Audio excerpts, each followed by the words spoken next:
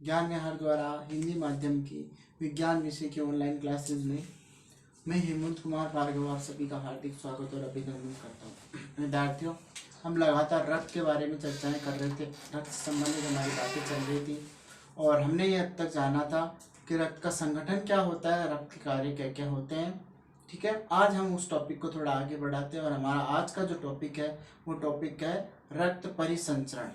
Heading लगा लीजिए आप सभी, रक्त परिसंचरण। विद्यार्थियों, मैं लगातार आपसे एक ही बात कहता हूँ कि हमेशा हमें हमारा जो टॉपिक है वही कहीं ना कहीं अर्थ देता है ना। तो इस टॉपिक में आप देखिए रक्त, जिसके बारे में मैं आपको पहले से बता चुका हूँ कि एक तरल संयोजी ऊतक है, ठीक है ना।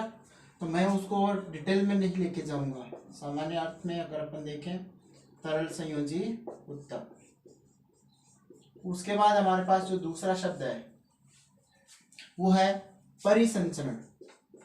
परिसंचरण, परि का मतलब क्या होता है, चारों ओर, और संचरण का मतलब होता है वहन करना या ले जाना, वहन करना अथवा ले जाना, बात एक ही है, ठीक है ना। तो रक्त परिसंचरण का मतलब क्या हो गया, पोषक पदार्थों को रक्त द्वारा एक स्थान से दूसरे स्थान तक ले जाना, ठीक है ना।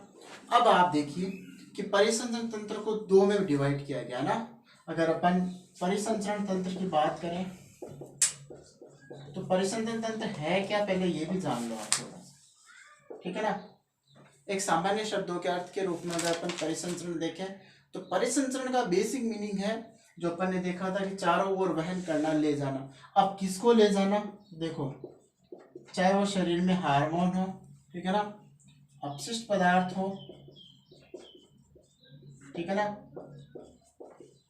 अपशिष्ट पदार्थों का अब वहन कहाँ से होगा, तो कोशिका से, कोशिका से हार्मोन, अपशिष्ट पदार्थ, इन सब का पदार्थों का क्या करना, पदार्थों का परिवहन करना, ये क्या कहलाता है, ये कहलाता है परिसंचरण तंत्र।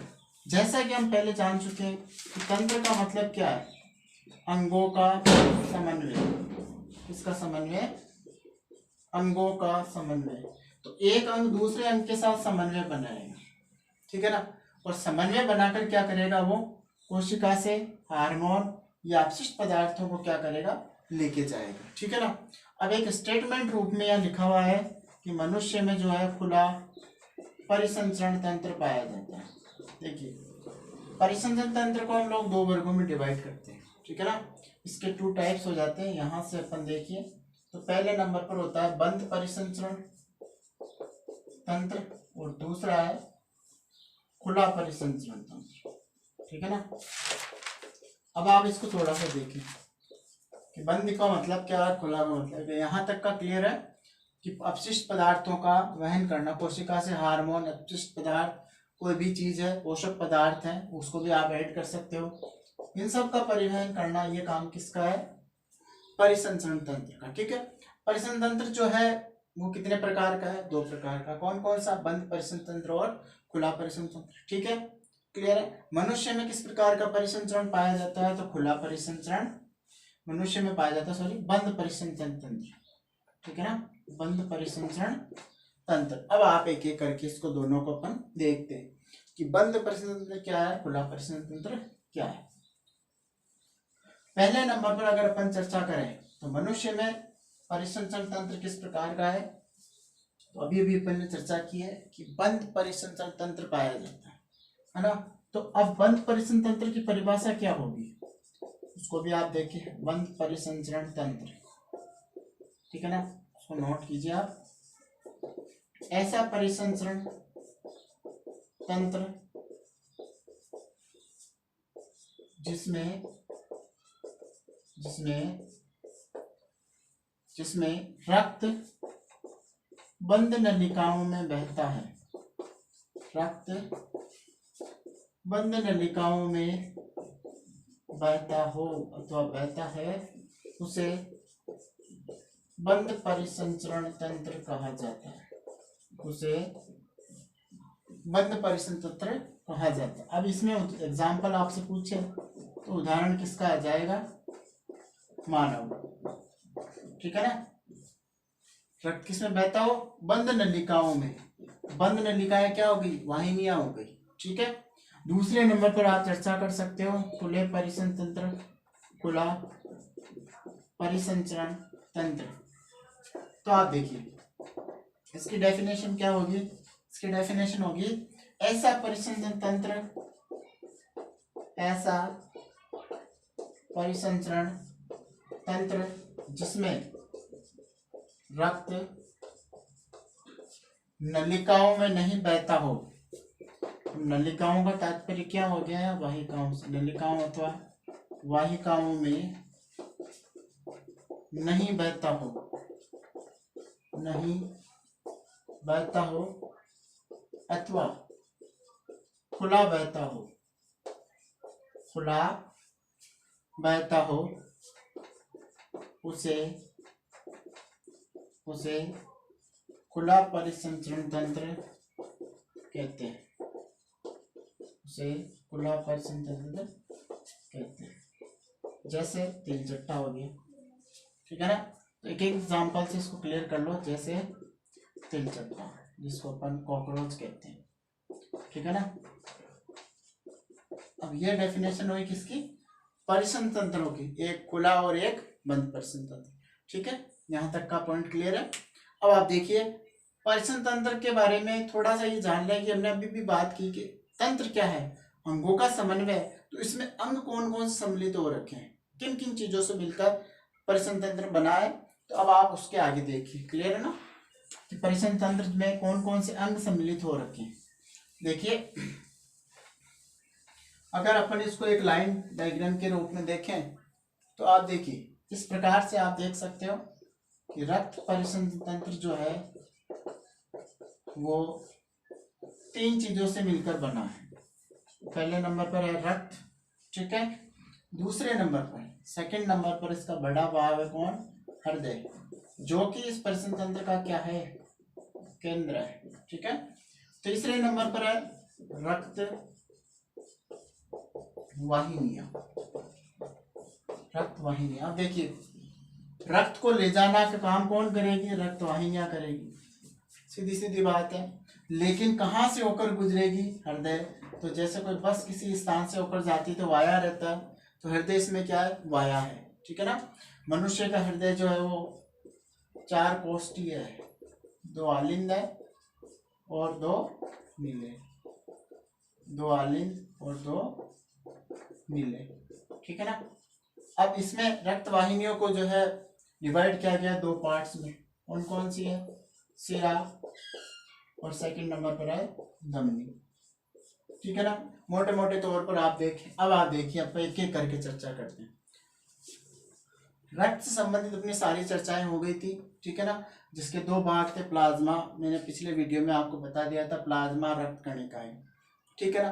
प्लाज्मा के 3 भाग बने थे, प्लाज्मा में जल, कार्बनिक पदार्थ और अकार्बनिक पदार्थ, ठीक है।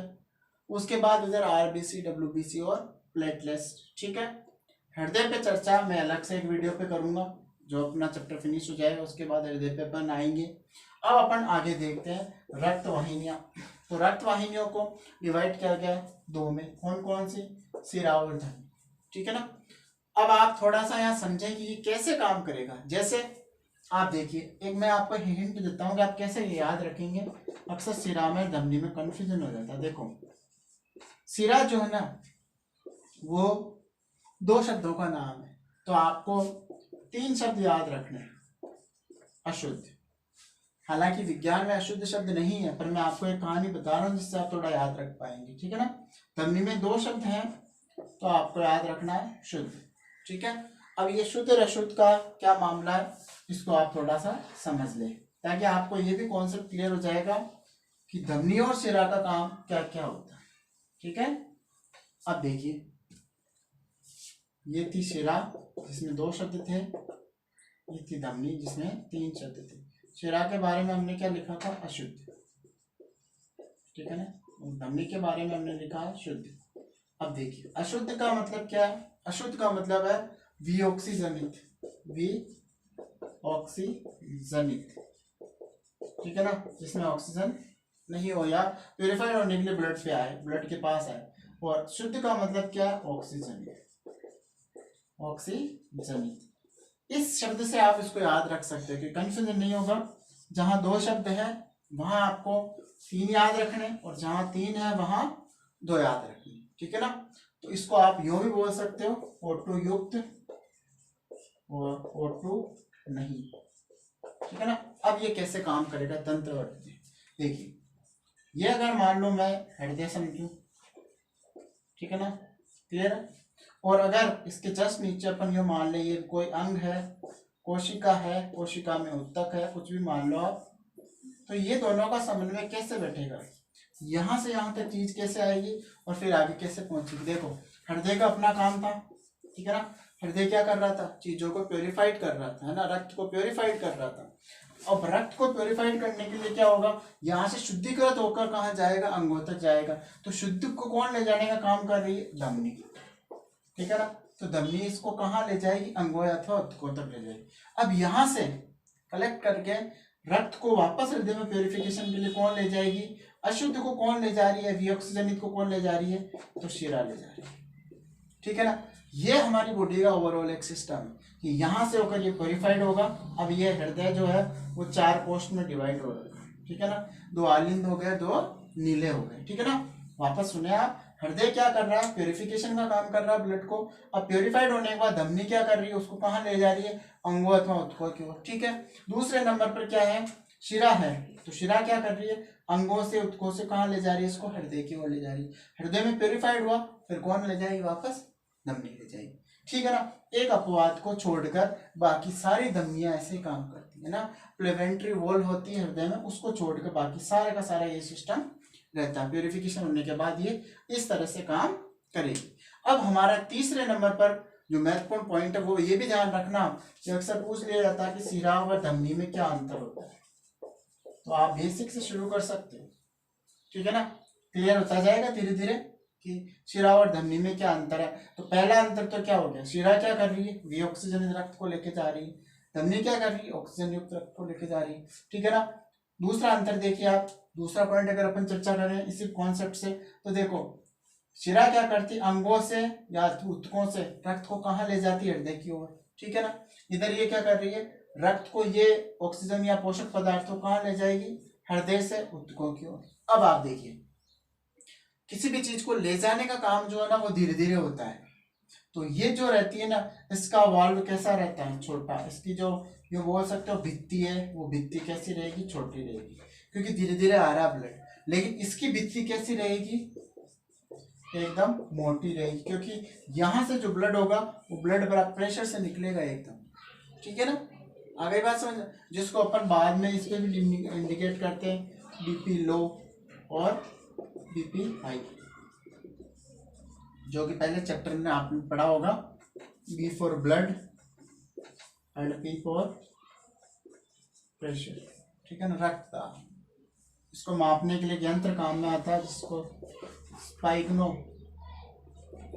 मैनोमीटर कहा जाता है, स्पाइग्नो मैनोमीटर कहा जाता है। अब आप देखिए ये सब होने के बाद अगर अपन और भी चर्चा करें कि इससे संबंधित क्या हमारे पास आ सकता है, तो बड़े बड़े रूप में ये है कि भी इस प्रकार से हमारी बॉडी में सिस्टम काम करेगा, ठीक है ना। बड़े प्रश्नों के रूप में आप ये जरूर ध्यान रखें कि शिरा और धमनी में क्या अंतर, क्योंकि कई बार आया हुआ चीज है, शिरा और धमनी जो है उसमें क्या डिफरेंस होता है, क्लियर है। रक्त संबंधी चर्चाएं अपनी इस टॉपिक आज के वीडियो में हुई है और यहाँ तक अपन ने चर्चा की। अब अपन अगले वीडियो में उत्सव से संबंधित बातें करेंगे। मैं आपको ऑलरेडी बता चुका हूँ, हृदय का एक अलग से टॉपिक बनेगा, अलग से वीडियो बनाऊंगा मैं, जिसमें मैं आप सबको ये जानकारियां दे दूंगा। बहुत बहुत धन्यवाद आपका। स्वस्थ रहे, व्यस्त रहे, घर पर रहे और मस्त रहे। धन्यवाद।